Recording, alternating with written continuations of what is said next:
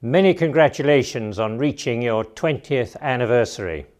To have survived against all the odds is a great achievement, and you can be proud that you have overcome so many obstacles along the way. This conference provides an opportunity both to look back, but more important, to look forward to the next 20 years. Looking back, we recall the initial vision of Victor Zorja and the subsequent charismatic leadership of Vera Milionchikova.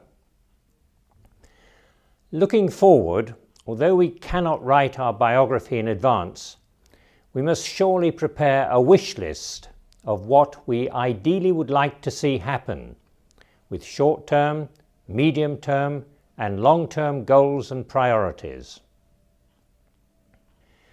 In this respect, it might be helpful for me to share with you a series of diagrams I created many years ago called House of Hospice.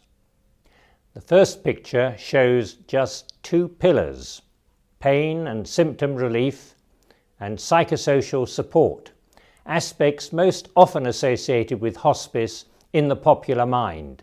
Together, they stress that hospice offers whole-person care, a form of care which addresses not only the physical, but also the psychological, social, and spiritual aspects of personhood.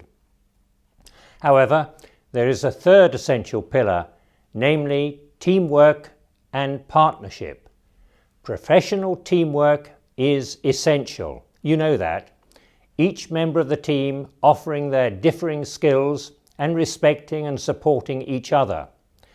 But professional teamwork must be in partnership with patients and their families, a partnership between experts.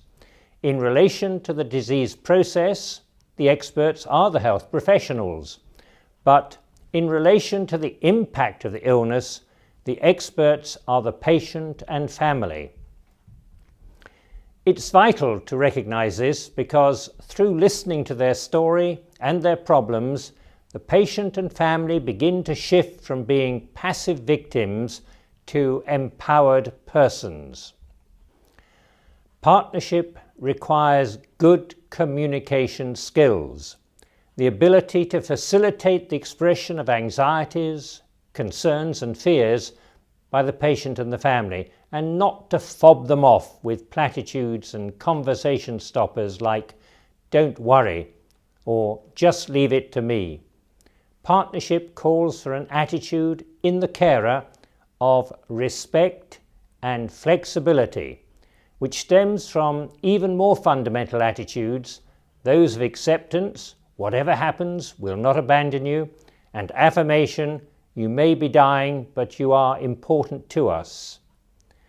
For me, it is these four features, respect, flexibility, acceptance, and affirmation, which together are the heart of spiritual care. Religious rituals carry little weight if not suffused with these characteristics. The final diagram includes two more words, beauty and creativity. Perhaps less obvious features of hospice, both are part of the picture, even if they manifest in different ways. Beauty is self-evident in the design and fabric of the first Moscow hospice. However, for most hospices, the building will not be so magnificent. Fortunately, beauty comes in all shapes and sizes. Maybe in a few pieces of artwork or a vase of fresh-cut flowers. Creativity likewise will vary from place to place and from time to time. However, many of you know just how creative patients can be, even those within a few weeks of their death, if physically comfortable and psychologically well supported. The essential task in hospice is to help patients and their families make the transition from fighting death to seeking peace. This is much easier if there is a high degree of physical comfort. Thus, our compassion must include professional competence, or else hospice becomes a hollow sham. Competence manifests in numerous ways, including attention to detail, analytical, clinical skills, using non-drug measures as well as drugs to relieve pain and other symptoms, a sense of urgency. Time may be short. Hospices in Russia face many bureaucratic obstacles, partly through lack of understanding in policymakers and partly because of major financial restraints. However, if the next 20 years are going to be as successful as the first 20, continued advocacy in high places is going to be essential, along with ever-widening professional education and training. The ever-present challenge is to walk the walk and not just talk the talk. So I leave you to reflect on an African saying, "If you want to go quickly, go alone. If you want to go far, go together."